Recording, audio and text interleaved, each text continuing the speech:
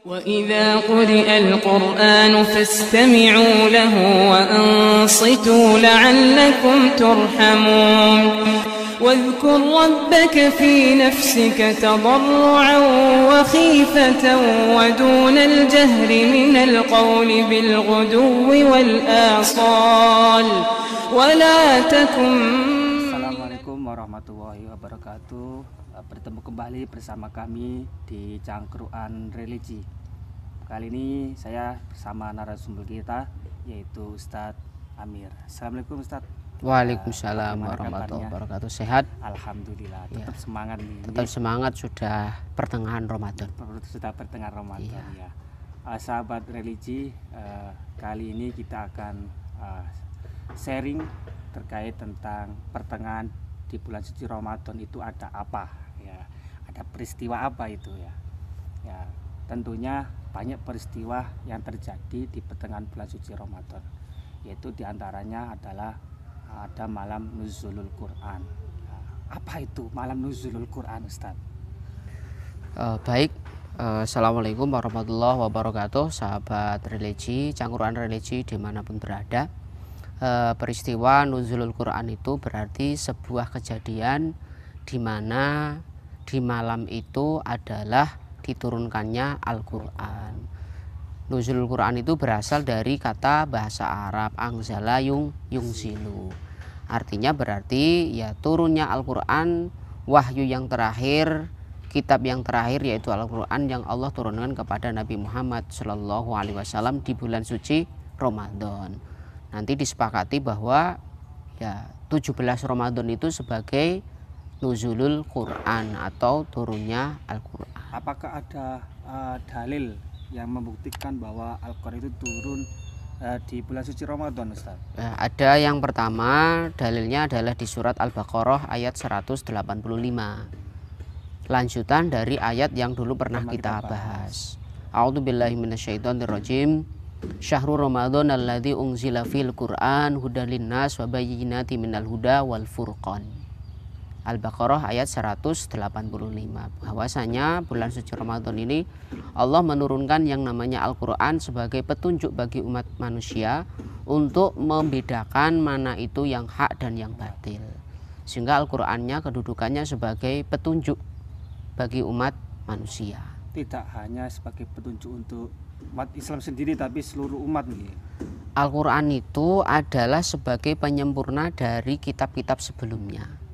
Karena kita tahu bahwa kitab yang Allah turunkan itu ada 4. Yang pertama adalah kitab yang namanya Taurat kepada Nabi Musa alaihissalam, yang di sana memuat bagaimana akidah, di sana bagaimana larangan berzina, mencuri dan lain sebagainya setelah tertera di kitab Taurat. Berikutnya ada kitab yang namanya kitab Zabur.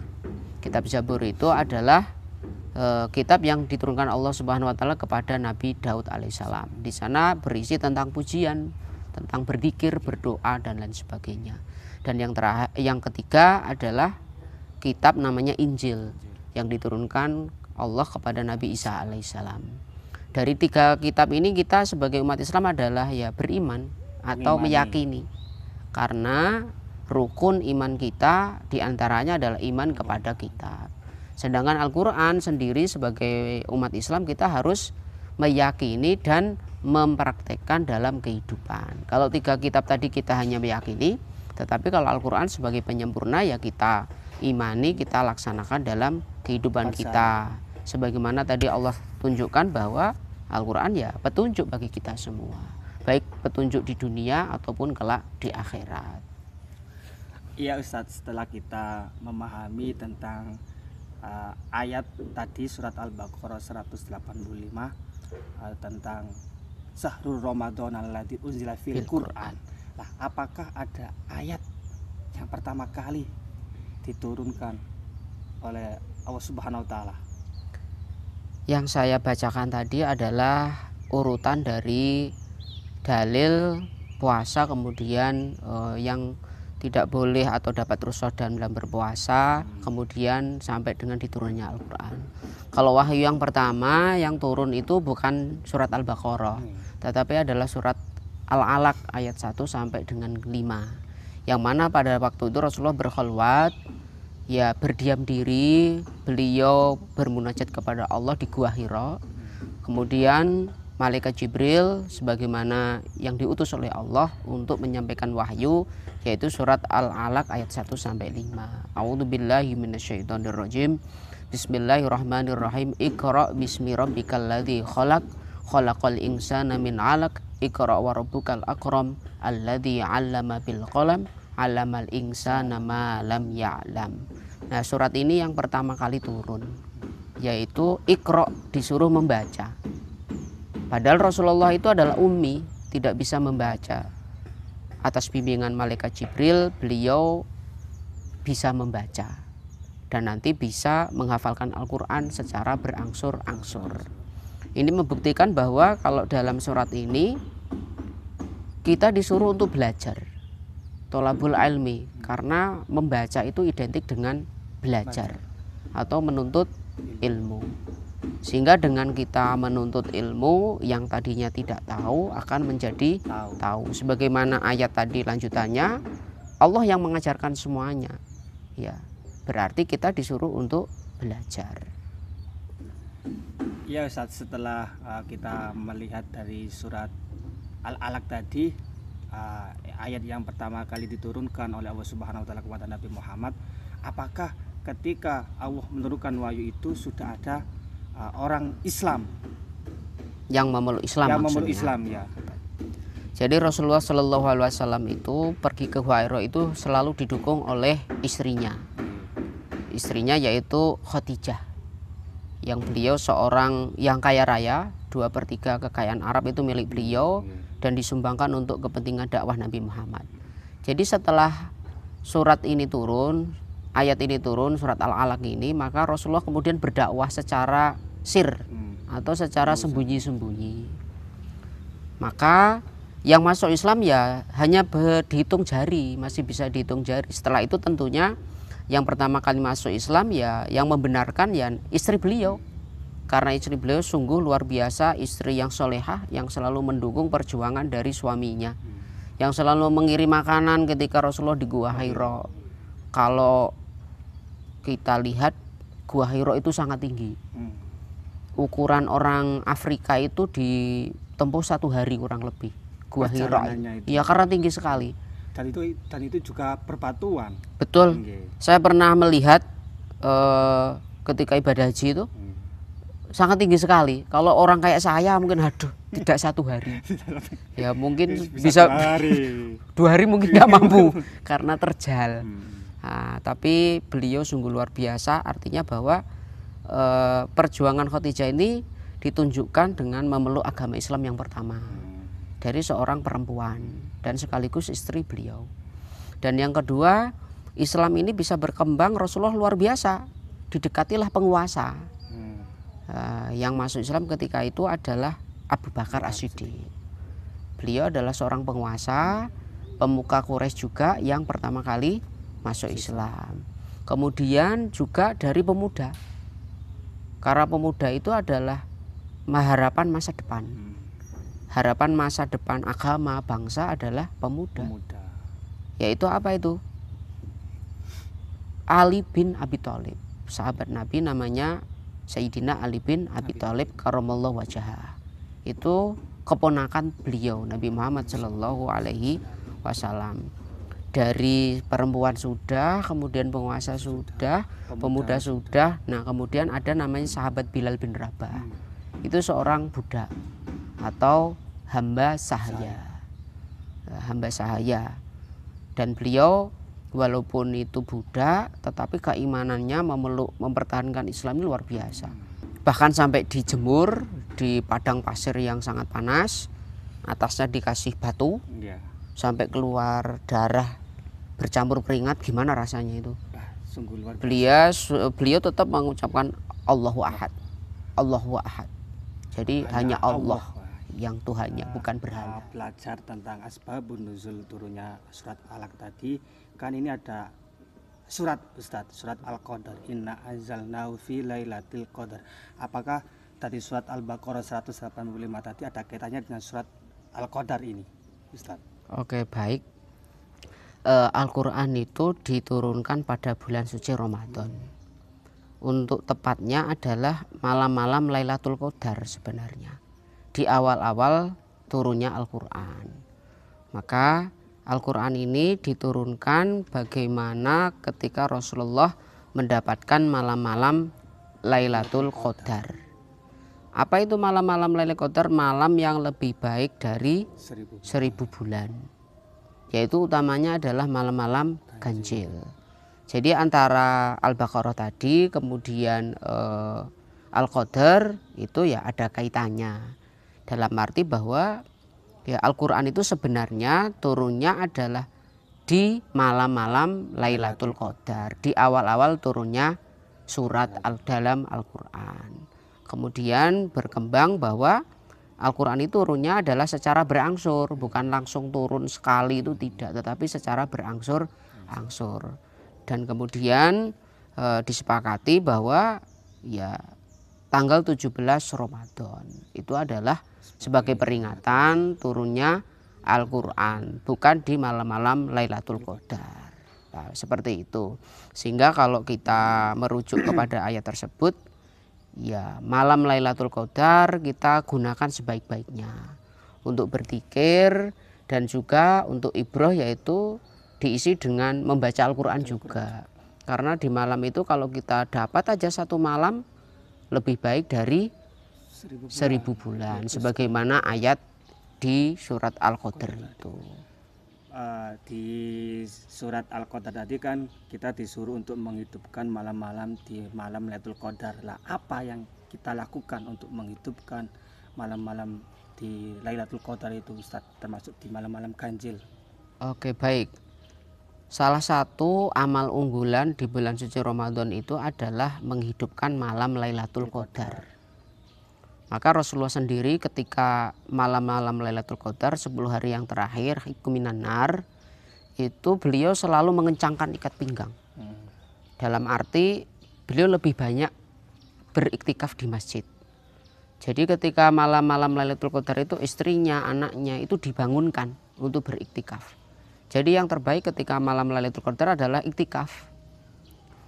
Iktikaf di masjid diisi dengan apa? Berzikir, berdoa, membaca Al-Quran, ataupun sholat. Maka jangan heran juga ketika 10 hari yang terakhir itu Qiyamul Lail, sholat tarawihnya juga ada yang mengambil di jam 1/3 malam. Itu juga ada. Tapi bagaimana kalau di tengah pandemi seperti ini? Kita iktikaf di rumah boleh? Ya boleh. Karena di tengah pandemi kita beriktikaf menurut saya luar biasa. Kita berdoa bersama-sama, setiap orang beriktikaf bermunajat kepada Allah supaya pandemi ini, wabah ini, COVID-19 ini segera diangkat oleh Allah Subhanahu wa Ta'ala. Jadi begitu. Jadi beriktikaf diisi dengan membaca Al-Quran, berzikir, berdoa, ataupun juga sholat. Yang pasti kalau kita batal ya segera wudhu lagi, karena itu adalah syarat daripada beriktikaf dalam keadaan bersuci.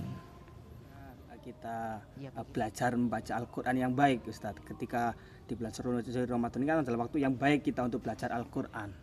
Oke, baik, karena bulan Ramadan ini sebagai turunnya Al-Quran, maka sebaiknya kita juga membuka kembali Al-Quran. Kalau kita lihat itu di mana-mana kan terdengar suara tadarus membaca Al-Quran.